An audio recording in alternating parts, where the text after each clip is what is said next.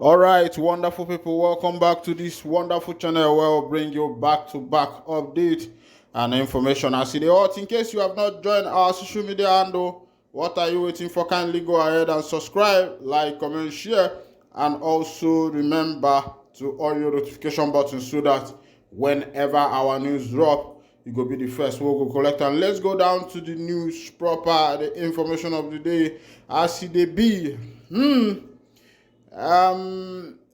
NNAMDI Kanu, the leader of the indigenous people of Biafra, has made a comment that has shocked everybody, even to the marrows of the chief judge, the marrows of the president, even to the international community, as he said that if he dies, that Biafra will come quicker. And according to him, that there is no retreat, no surrender, that for him going back is like giving up, that it's better for him to die than to give up on the cause that he has started pursuing. And this will let you know why NNAMDI Kanu has not been released. Of course, you know that NNAMDI Kanu Hamadike, one of NNDIGBO, is not the first Biafra agitator that has been arrested in this country. And I don't want to start calling names. There were other agitators who have been agitating for the freedom of the indigenous people of Biafra. And along the line, they arrested them. But to the surprise of everybody, when they came out of the prison, they left the struggle and became very rich immediately. And we started wondering, how come that these people were in the struggle and all of a sudden they arrested them, and somehow now they came out of the prison and became rich immediately. And this will tell you that there has been some deal that have gone underneath the ground. Remember that a lot of promise has been given to NNAMDI Kanu Hamadike, one of NNDIGBO, in order for him to forget what he's pursuing. And he has followed on to Tuta, say that it is better for him to die than not to get Biafra. In short, he said that his death is even better, that once he dies, that the Biafra Republic is going to come as quick as possible. And I begin to wonder, man, I say, wow. I don't know that this kind of human beings still exist in Africa. I don't want to start comparing Africa with the first world and second world country. Of course, you know that Africa is third world country where leaders want to reap their lead. Yes, the elected wants to reap the electorate. In Africa, politicians will come to you when they need you. You help them. You let them go into office. You fight for them with the last drop of your blood. You make sure you vote them into office. And when they get into office, they do what they want. In Africa is where a politician who has a wherewithal, who is well equipped with money and connection connected to the president, will come out and tell you that he is going to be the next president, that he has been endorsed by the outgoing president. And the masses will be saying, no, we don't want you. There is another person we want. And during the election, you yourself will observe that the masses voted for who they want. But when the election, when the INEC or NEC or whatever a nation of Africa calls theirs, pronounce the result, you will see that the person that will win will still be the man that has been endorsed by the outgoing president, or the man that has said bluntly that he's going to win. And this will tell you that Africa is not just third world country, it is fourth or fifth world country, because most of these African countries are where constitutions are written just for written purposes, they are not being obeyed. Yes. So I begin to wonder, so we can still find people like these, men like Nelson Mandela, men like Martin Luther King, who stood their ground and said they will make sure that justice will prevail. And do you know that if Kanu happens to, come up with this freedom, this referendum that he has been seeking from the Nigerian government, do you know that this will be the beginning of revolution in Africa, because this has not been done in Africa?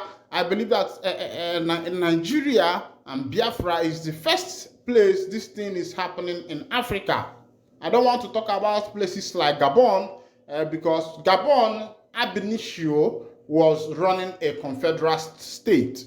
And of course, you know that in a confederal state or a confederal government, it is always easy for the other party to divide, because the state is confederal. Each and every one of them have their own policing and their own government running for them. But Nigeria is not a confederal state, it's a federal state. And if Kanu happens to come by and overcome, as he has said that he is not going to give up, he said, come what may, come rain, come sunshine, day or night, come snow, come winter, that he is not going to give up on the struggle. For somebody to open up and tell you that is better that he die than to forsake the struggle that he has set his eyes on, I think that will tell you the caliber of person this person is. I think NNAMDI KANU should be rated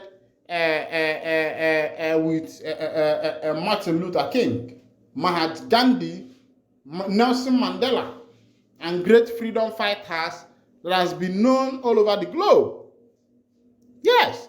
And of course, you need to understand that many people that have brought a revolution to the world are Africans. Yes, Martin Luther King was an African because he's an African American. Their parents were those people that were taken to America through slave trade. And at the time, they wanted their freedom.